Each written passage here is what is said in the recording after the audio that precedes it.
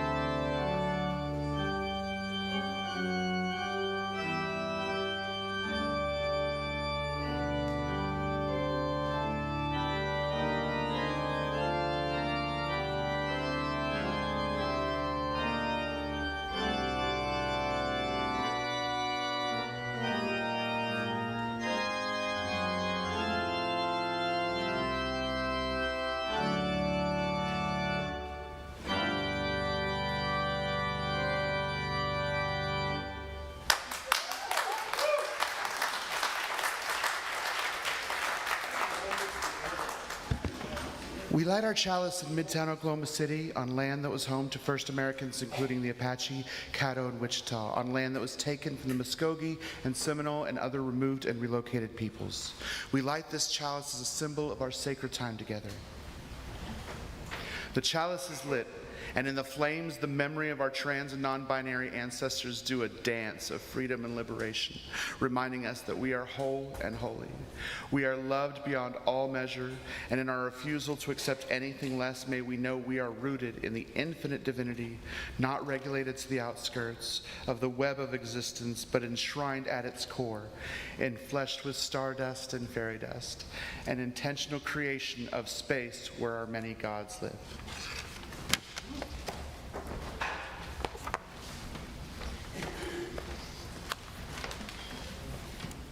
We gather today with sacred intention to declare that justice is our prayer. We affirm in covenant with the beloved community that is possible. Not here, not quite yet. The seeds have been planted time and again, and we remember all those who went before us, who made beloved community a dream that could be realized. Justice is our prayer.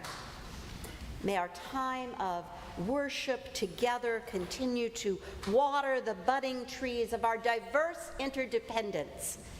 May our time of worship give air and nourishment to the parts of our collective spirits that need to grow and thrive, that embrace equity as a known way of being. Justice is our prayer. We affirm in covenant with the beloved community that is possible. May it be so. Let us worship together.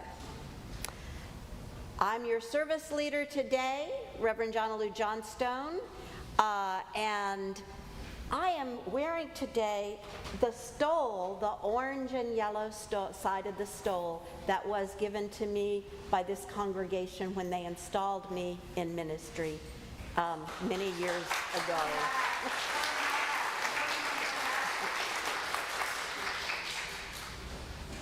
am glad to welcome you here, and I invite you to welcome one another.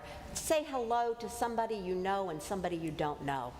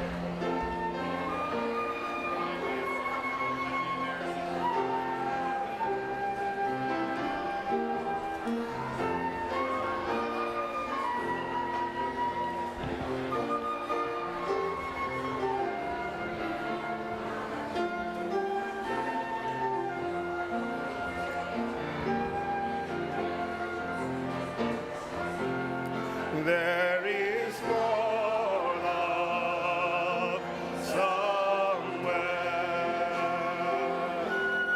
There is more love somewhere. I'm gonna keep on till I find it. There is more love somewhere. There is more hope somewhere.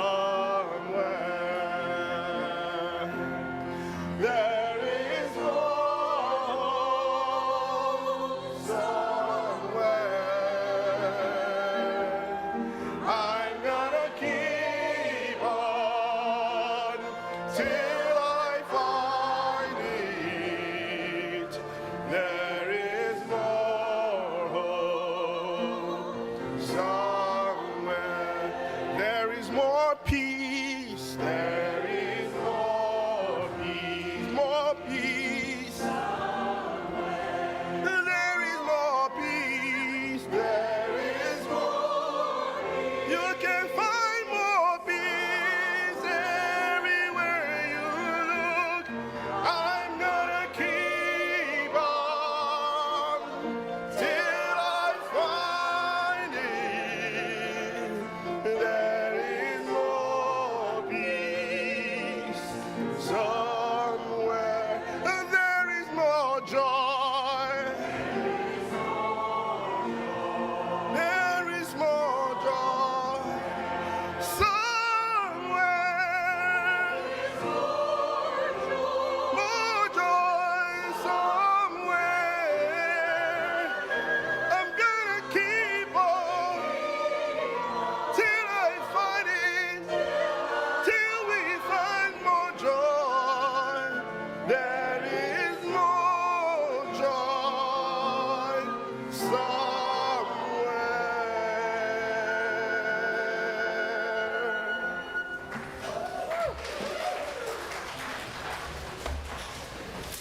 Good morning. My name is Tim Atkins, and I serve as your Director of Lifespan Religious Exploration.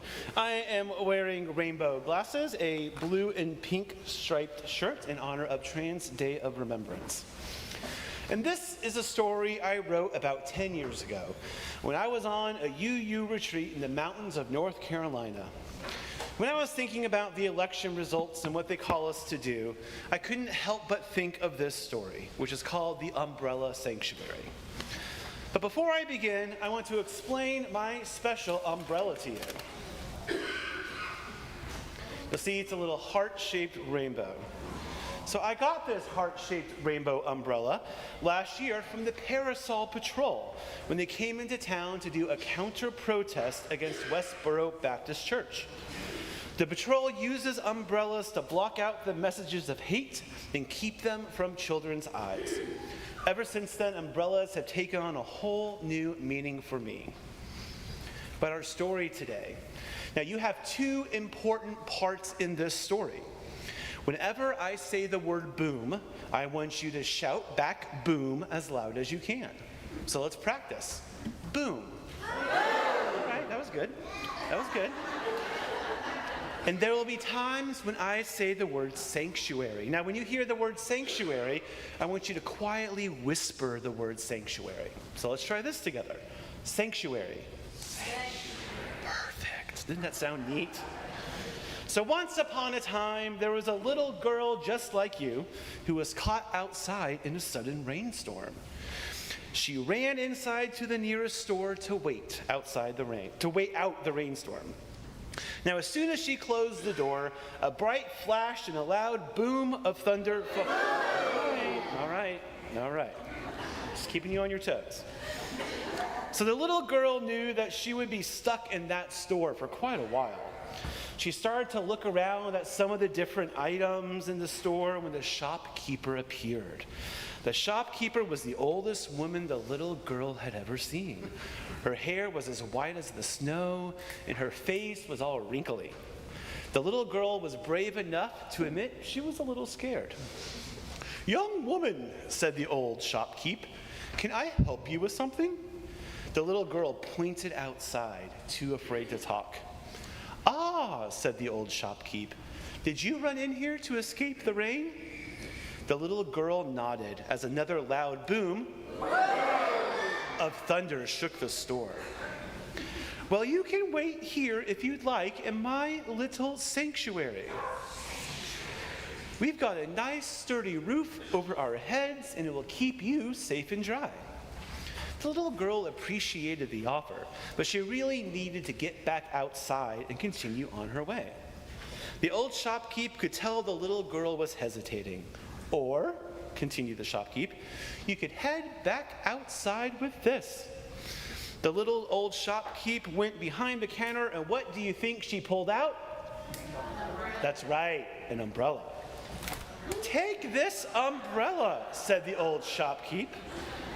"I don't know why it's raining, but I do know that you can keep dry under this portable sanctuary."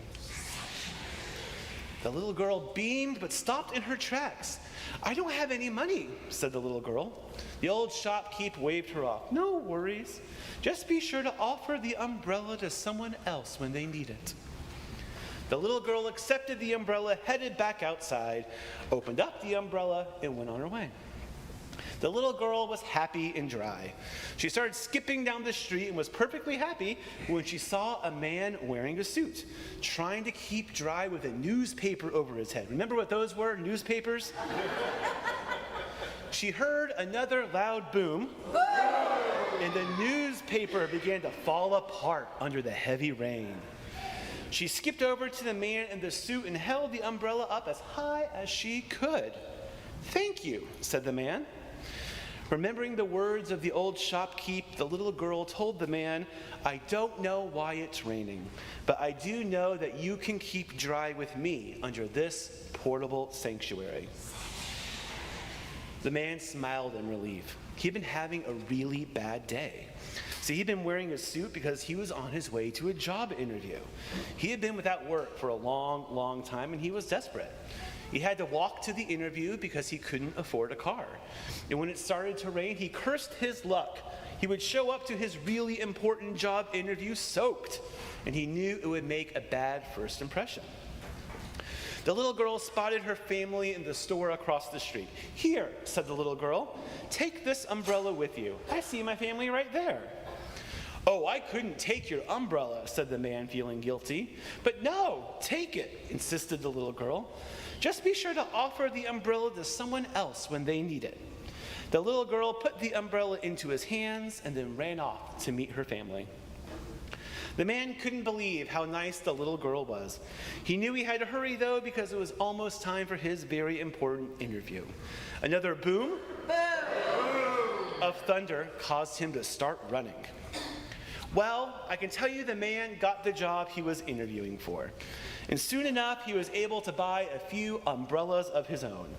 Whenever it would rain, he would bring not only his umbrella that the little girl had given him, he would bring 2 more small umbrellas to give away to people who were stuck outside in the rain. And every time he gave away an umbrella, he would say, "I don't know why it's raining, but I do know that you can keep dry under this portable sanctuary." And soon, everyone in town had an umbrella that they would take with them.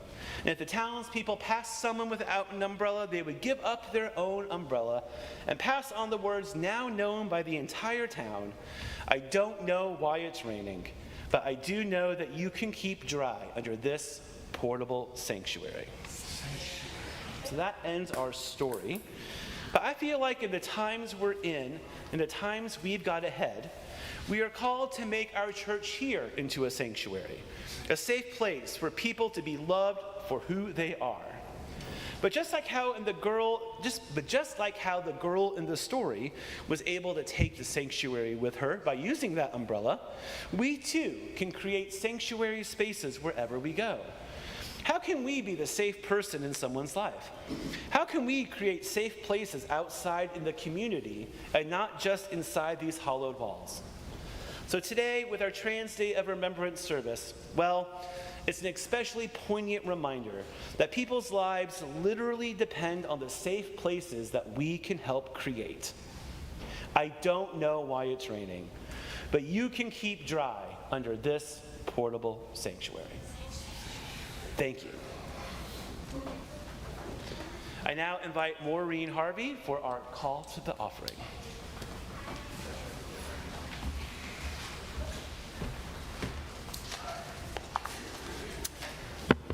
Good morning.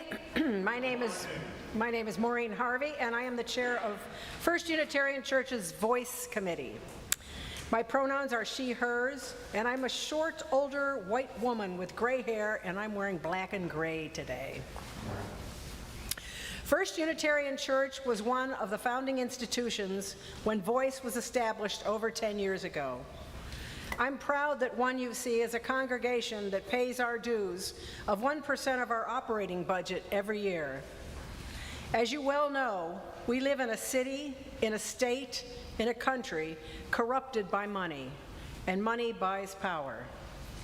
In order to be able to level the playing field, we need voice to organize ourselves and to find and train the leaders among us who are passionate about changing the status quo.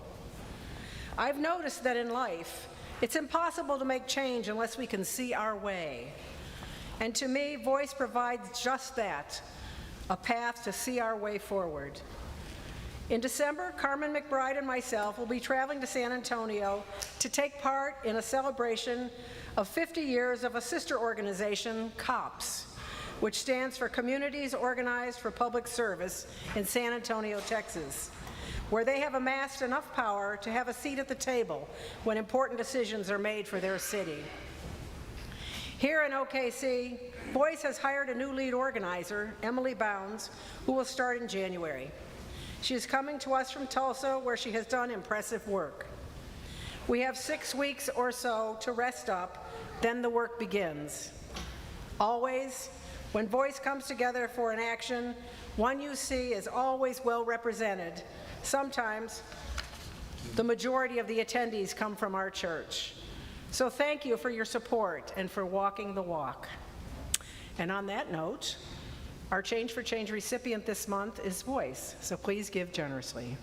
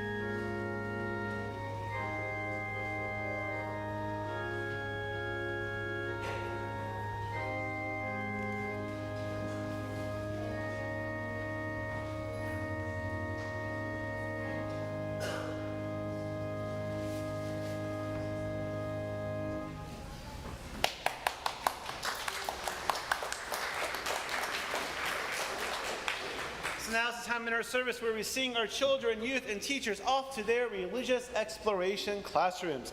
Please join us in singing Go Now in Peace. I will stall for just a minute while we get to... All right, there we go.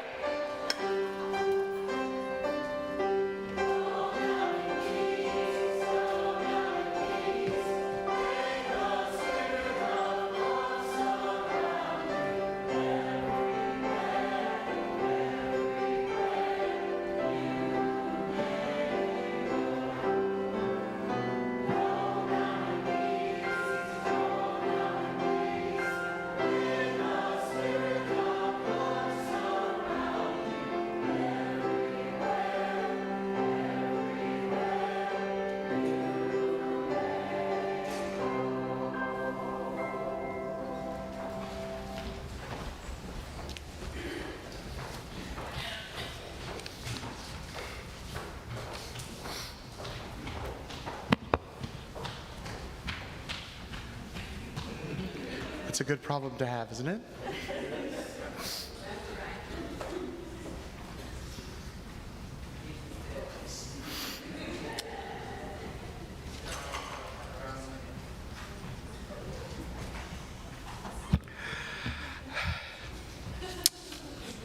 I'm back, by the way, sorry. You know, I'm 45 and I still feel like I'm trying to figure out how to be human some days. It's those emotions. I don't get it. They're weird. We need a manual. We need a manual for how emotions are supposed to work. These last couple of weeks, there's been a lot of emotions that I don't even think I had names for. I mean, grief, sadness, rage that consume you for a while, but we had to make sure to find some peace. Finding joy right now is really hard, but at least peace. But there's this one emotion I could never understand, and that was the desire to be missed. You know, "Are you going to miss me while I'm gone?" said in every airport in a romantic comedy in the 80s. I don't get it. That sounds dreadful. Missing people hurts. You feel like you're hollow. I hate it. I definitely don't want to be missed. I usually tend to hope, almost expect that I'll be forgotten. You know, like a camper passing through for a season. I don't know if I would want to be remembered. They didn't want to be remembered. Really. I don't think any of them did. The girl who had to look up makeup tutorials late at night after everyone had gone to sleep. That man working himself to exhaustion to prove he is just as strong as all the other men. The non-binary person who only ever asked not to be forced into the suffocating little boxes that are easy to understand. And the woman still afraid to look people in the eyes for fear of aggression that we now know is out there. None of them asked to be remembered. They didn't want to be remembered. I think some people do want to be remembered, and I think that is beautiful. Be remembered for the words they speak, the beauty they create, the lives they change. Some people, I think, want to exist forever in the minds of those they've affected. And honestly, I think some people want to be forgotten, wiped away from memories like the dream in the moments after you wake up, forgotten for the ones they've hurt, the damage they've caused, the loss they have already felt, to disappear into the background of our existence, to be there but not known. But they didn't ask. They didn't want to be remembered.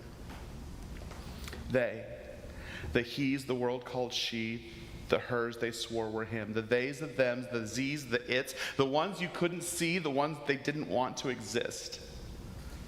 They didn't want to be remembered. They didn't scream for their existence, and some of them I wish had screamed. They didn't demand the entire world change. They didn't march into your homes with force and fury, with laws to control your bodies and your lives. They asked to live. They asked to have lives like yours, to wear their clothes, to style their hair, to hear their name. We already live in a state that being considered different is frightening. And every year now, we're going to remember how dangerous it is. And unfortunately for us now, part of that new experience is realizing that when these lists come out every year, the names are familiar. And they didn't want to be remembered. But we will. We'll remember them. We'll remember them this day and literally any other day when I see a piece of clothing that makes me think of them, or I hear a song that they would have loved. But that's not what they wanted. They wanted to be here. They wanted it to be okay to be here. They wanted people to tell them it was okay to be here. They didn't want to be remembered. They just wanted to believe that they belonged here. Thank you.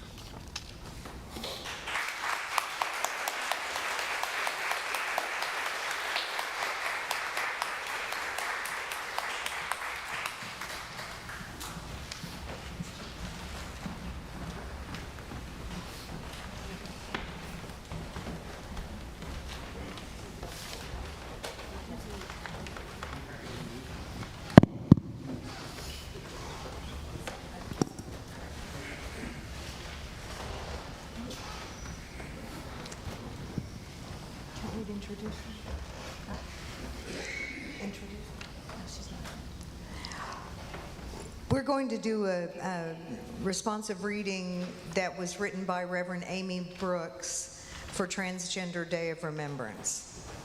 We ask you to respond to each statement in this reading with the words, "We bear witness." We people gathered here today on the quest for truth and meaning bear witness. We bear witness. To the record of human lives extinguished, simply because these people dared to live authentically, we bear witness. To the lives and reported murders of 419 transgender people globally between October 2023 and the end of September 2024, we bear witness. To the lives and reported murders of 70 transgender people in these United States between October 1st, 2023 and September 30th, 2024, we bear witness. To the unreported ones, the uncounted ones, the unnamed many, whose lives and deaths will only ever be known by the universe, we bear witness. In these times of heightened anxiety, we who are gathered here today reject the teachings of division and ignorance and commit to siding with love against hatred. We bear witness.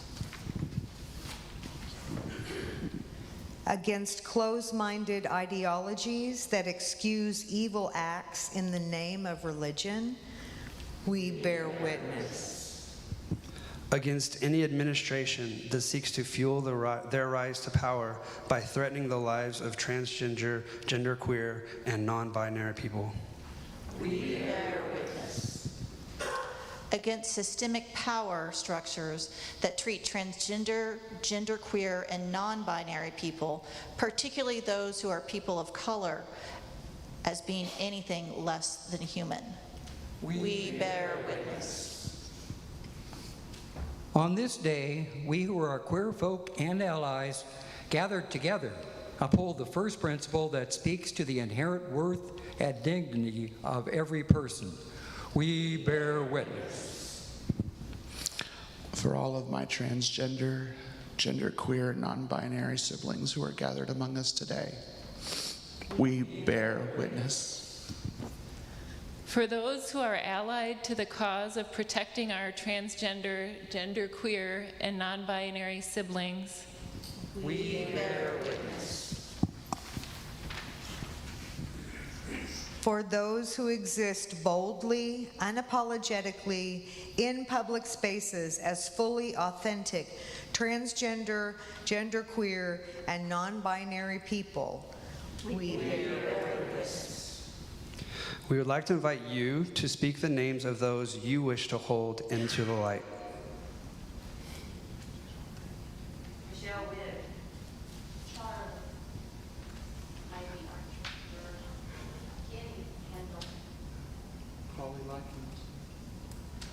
Lynn Ann Conway.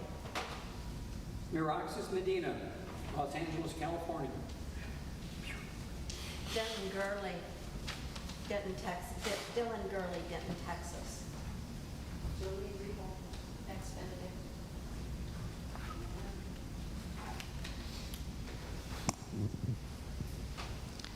These remembered deaths have not gone unnoticed by us. We bear witness.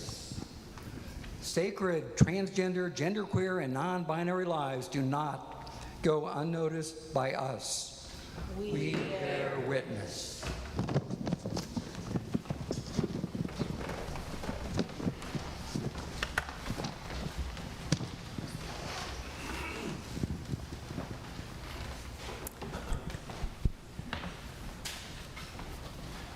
In lieu of a regular prayer, I offer for your meditation this morning a poem by Rosemary Waltola Trommer, What I Can Do. So I can't save the world, can't even save myself, can't wrap my arms around every frightened child, can't foster peace among nations, can't bring love to all who feel unlovable. So I practice opening my heart right here in this room and being gentle with my insufficiency. I practice walking down the street heart first. And if it is insufficient to share love, I will practice loving anyway. I want to converse about truth, about trust. I want to invite compassion into every interaction. One willing heart can't stop a war. One willing heart can't feed all the hungry. And sometimes, daunted by a task too big, I tell myself, what's the use of trying? But today, the invitation is clear: to be ridiculously courageous in love, to open the heart like a lilac in May, knowing freeze is possible and opening anyway, to love seriously, to love wildly, to race up to the world as if it were a puppy, adoring and unjaded, stumbling on my own exuberance, to feel the shock of indifference, of anger, of cruelty, of fear, and stay open to love as if it matters, as if the world depends on it.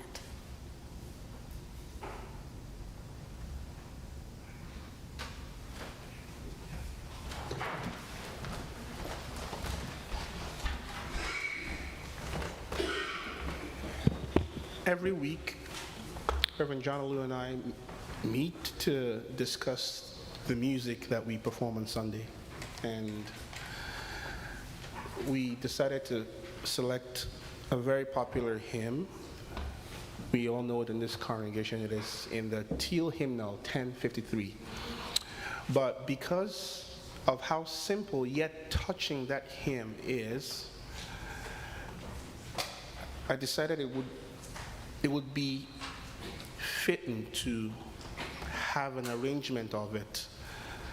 So while you read through the text, it is repetitive, but there's an arrangement that I have done for this wonderful choir, and it is my hope that it captures the spirit behind Libby Roderick's lyrics.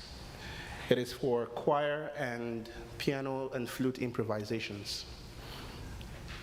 And as we sing, meditate on the words and find in your heart to feel and be ready to express the compassion that we preach today in this service.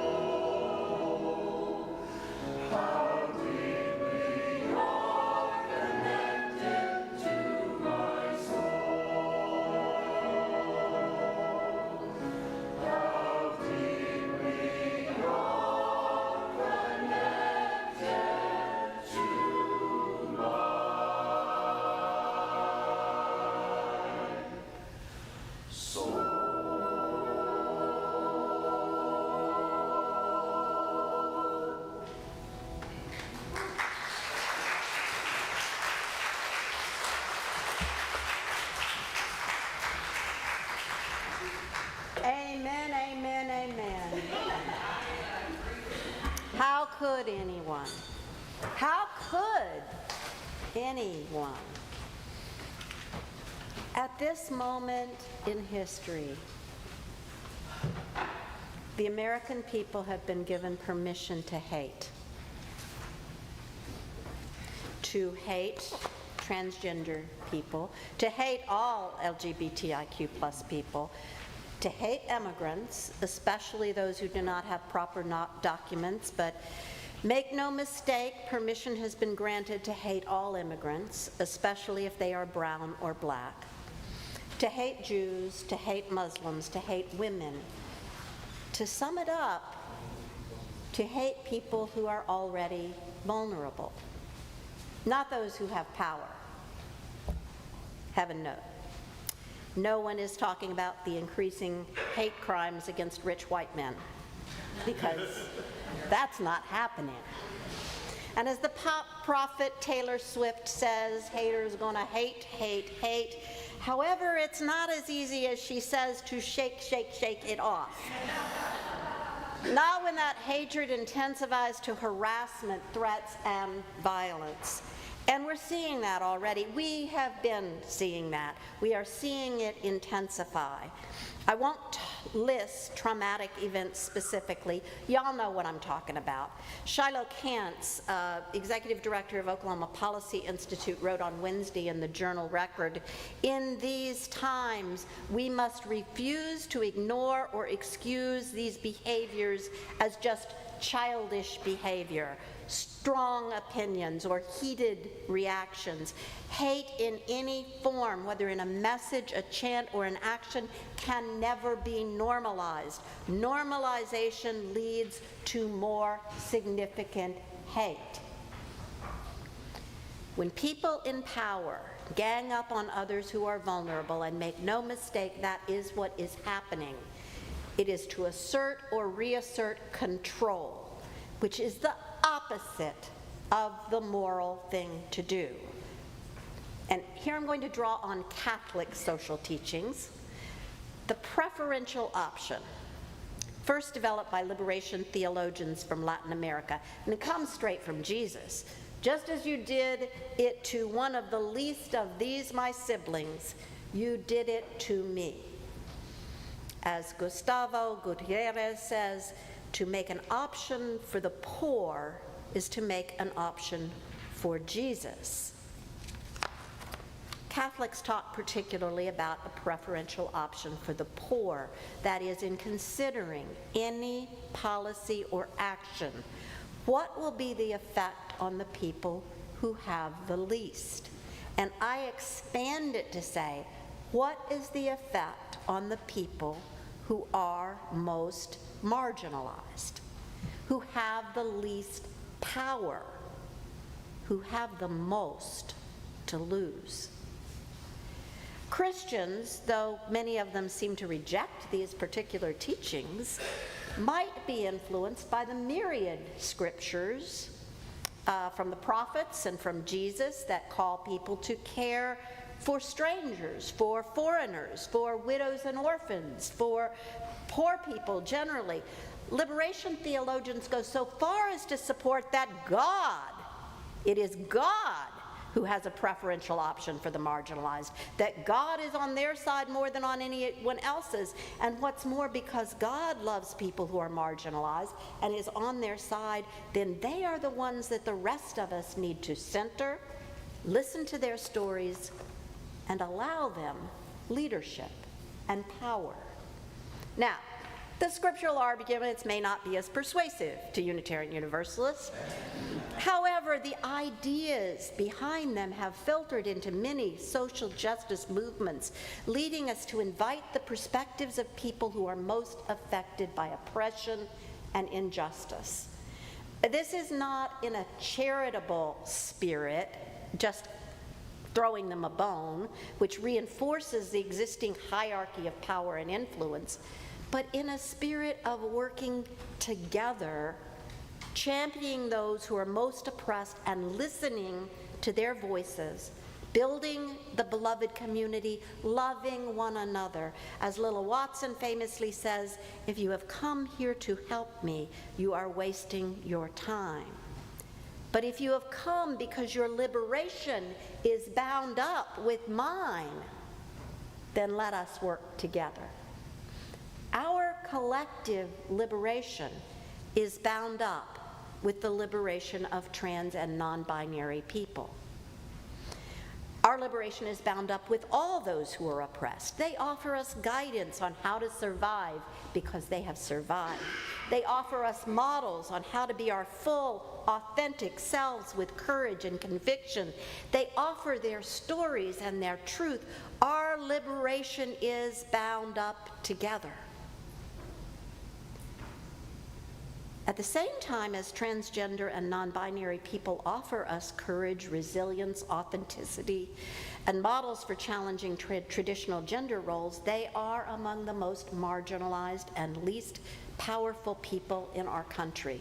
Statistically, younger, less affluent, less educated, less employed, more often the victims of crime, more often homeless, less healthy with less health care available to them, and all that is because they are deliberately and malignly marginalized. Why?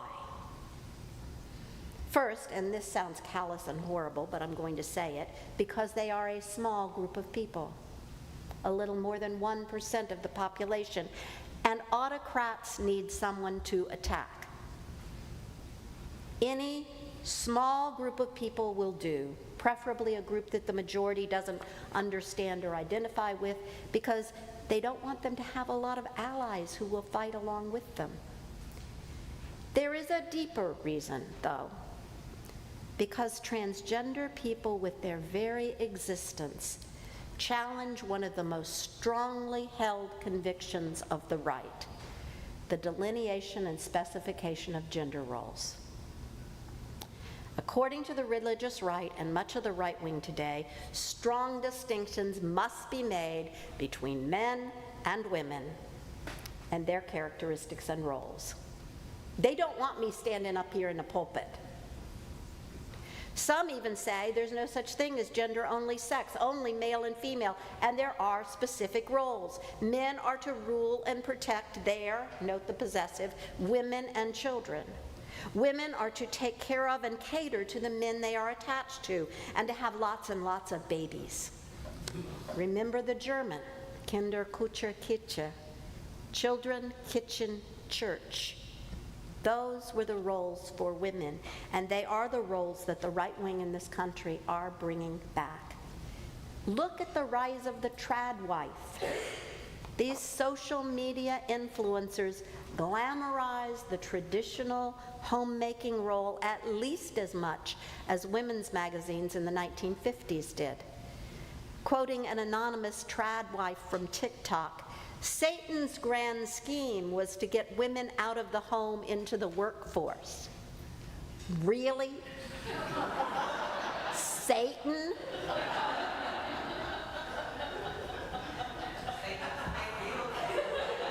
These folks are worried about having enough white babies and keeping men in charge.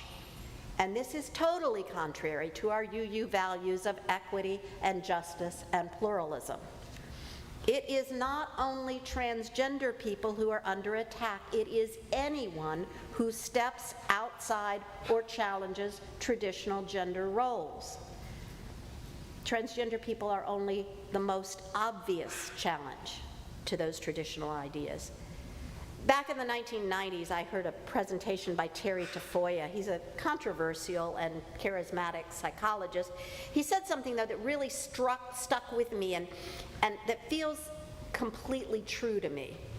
That we decide within 5 seconds of meeting someone, really of seeing someone, what their gender is, and that quick, unconscious decision determines how we interact with them. And uncertainty is very hard for us because we automatically think in this binary gendered way. And ever since then, I've worked on that in myself, trying not to see gender first, trying not to put that first. And it's a good practice for accepting what people tell you their gender is, because you start setting aside preconceived notions of what a man looks like, what a woman looks like. And the whole society needs to set aside those notions if we are to truly value people as they are. Look at what happened with women's Olympic boxing this summer. Anti-trans activists, including Elon Musk, attacked two women who were undoubtedly women, Algeria's Imane Khalif and Taiwan's Lin Yuting, claiming they were men or transgender or something, but not women. And some of that was based on Russian disinformation, Russian inaccurate tests, whatever. But Nikki Hiltz, a non-binary American Olympic runner, wrote on Instagram, "Transphobia is going crazy." She has lots of Y's on there. At these Olympics, anti-trans rhetoric is anti-woman. These people aren't protecting women's sports. They're enforcing rigid gender norms, and anyone who doesn't fit perfectly into those norms is targeted and vilified. For decades in the queer community, I have known cisgender women whose presence has been challenged repeatedly in restrooms because they look too masculine. Transgender people are not the only ones at risk. Anyone who violates traditional gender roles, either because of the way they were born or because of the choices they've made, is at risk. So our liberation, everyone's liberation from rigid sex and gender-based roles, is bound up with trans people's liberation. None of us is free until we all are free. So,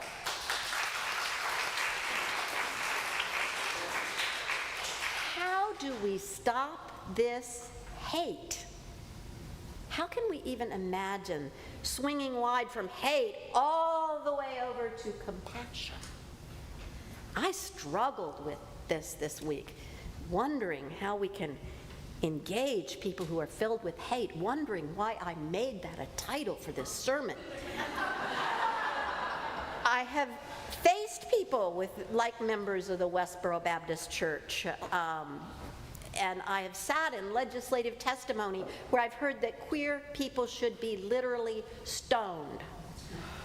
It's creepy, and it was in the 90s, and that was in Wisconsin, but whatever. I mean, I think those attitudes still exist. It's creepy and chilling and exhausting, and it leaves me feeling helpless. The writer Peggy Tabor Millen says, "We never touch people so lightly that we do not leave a trace." We have to remember that. Wherever we go, whatever we do, whatever we even think, we're leaving a trace on others. So like all spiritual work, transformation of hate to compassion requires working on multiple levels. First, ourselves. We need to continually examine ourselves for signs of hatred. Yes, even hatred of those who hate us. Yes, even self-hatred. Hinduism encourages the development of a trait called ekronda, freedom from anger. The Mahabharata puts it this way: if wronged, you should not wrong in return.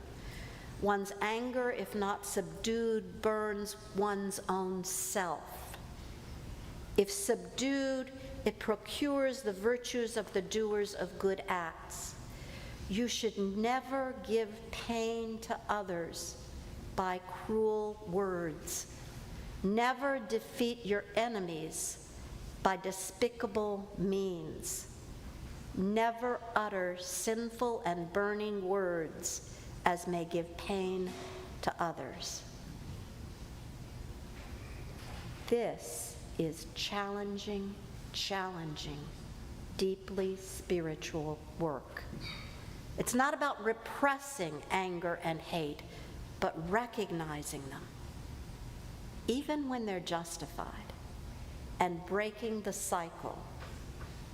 Because hatred leads to hatred leads to hatred, because people are hurt and broken by that hatred. It may be justified, but we cannot perpetuate it. We cannot leave that kind of touch on others. We become better people by releasing the hatred and not leaving the trace on others or ourselves. And as we do the work on our own hatred, we may also be called to change other people's hearts. We never touch people so lightly that we do not leave a trace. A member of the church I served in Madison, Wisconsin, way back in the 90s, a lesbian woman who, with her partner, it was pre-same-sex marriage, were raising their daughter. And she bravely went on a radio show with a conservative Christian who argued against her lifestyle. Here was a man whose doctrine put him in a position of denying her very being, her life, and I can only characterize that as hatred. And after this show, his heart had been turned a little. He told her he wasn't against gay people like her. A teeny tiny shift in perspective, but his heart opened a little bit. Of course, listening can never be one-sided. To listen to others requires that we give them the benefit of the doubt, that we respect them. The only way to get past the frozen stereotypes of the other side that media has sold us is to talk and listen respectfully, even while maintaining our truth. And if the idea of listening to those people makes you a little nauseous, I confess it does me, then consider what is our alternative: to exile them, to try to beat them at any cost, to demonize them, to relegate them to people who don't matter, because we believe everyone matters, right? And those ideas are even more repugnant to me, and so we're back to that personal spiritual work of Agronda. Engagement with people who hate is not everyone's role. It is not always productive. We have to measure the risks. People whose very lives are threatened do not need to engage directly with those who threaten them. Just this week, a friend of mine was physically assaulted when she went to challenge Nick Fuentes at his home. Don't do that. Still, where we can, we need to have courage. Heather Cox Richardson, in an interview with Jon Stewart November 8th, defined what a hero is as someone who keeps trying to do what is right even as the walls are closing in. Someone who keeps trying to do what is right even as the walls are closing in. And what is right is love, compassion, Agronda. Stephen Charleston, Choctaw elder, former dean of Episcopal Divinity School and retired Bishop of Alaska, wrote in his book, "We Survived the End of the World, Lessons from Native America on Apocalypse and Hope." He writes, "When they hate, I will love. When they curse, I will bless. When they hurt, I will heal. I will carry on with my work as a steward of this earth and of all her children. When they divide, I will unite. When they rage, I will calm. When they deny, I will affirm. I will simply be who I am, for that is what Spirit created me to be. When they hate, I will love. When they hate, what? I will love. When they hate, I will love. Yes. Amen."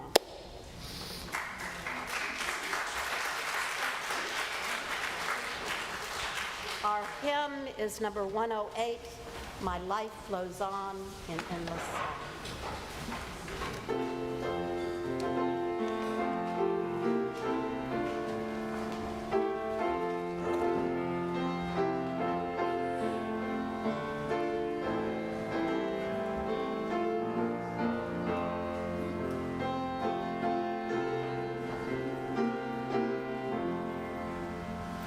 My life goes on in endless song above earth's lamentation. I hear the real, though far off hymn that hails a new creation. Through all the tumult and the strife, I hear the music ringing.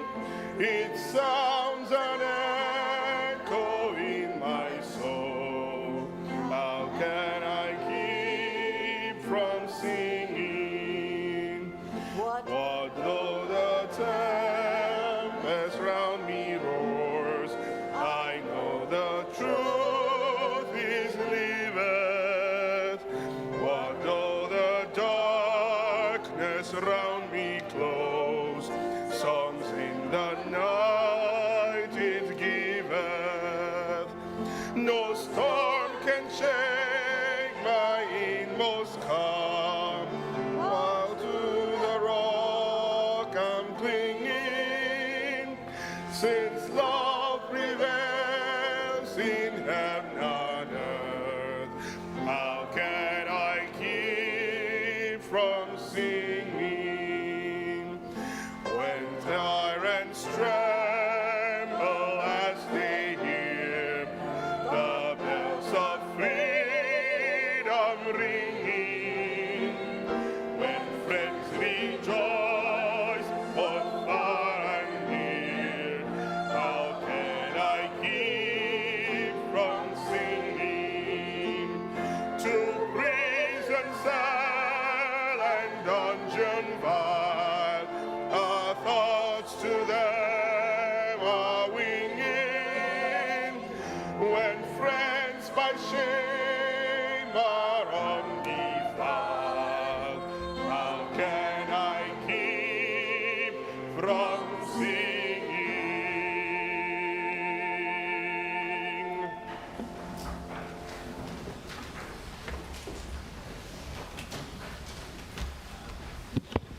We extinguish this flame, but not the light of love, opportunity, and acceptance and safety that lives on in all of our hearts. My colleague and friend, the late Reverend Kent McCusick, wrote, "In the name of all that is holy, may the connections between us inspire and sustain us. May the flame of light within us and amongst us be a sacred reminder that we are all called to serve, to grow, and to love as we continue this journey of transformation." Amen, Ashe, and blessed be.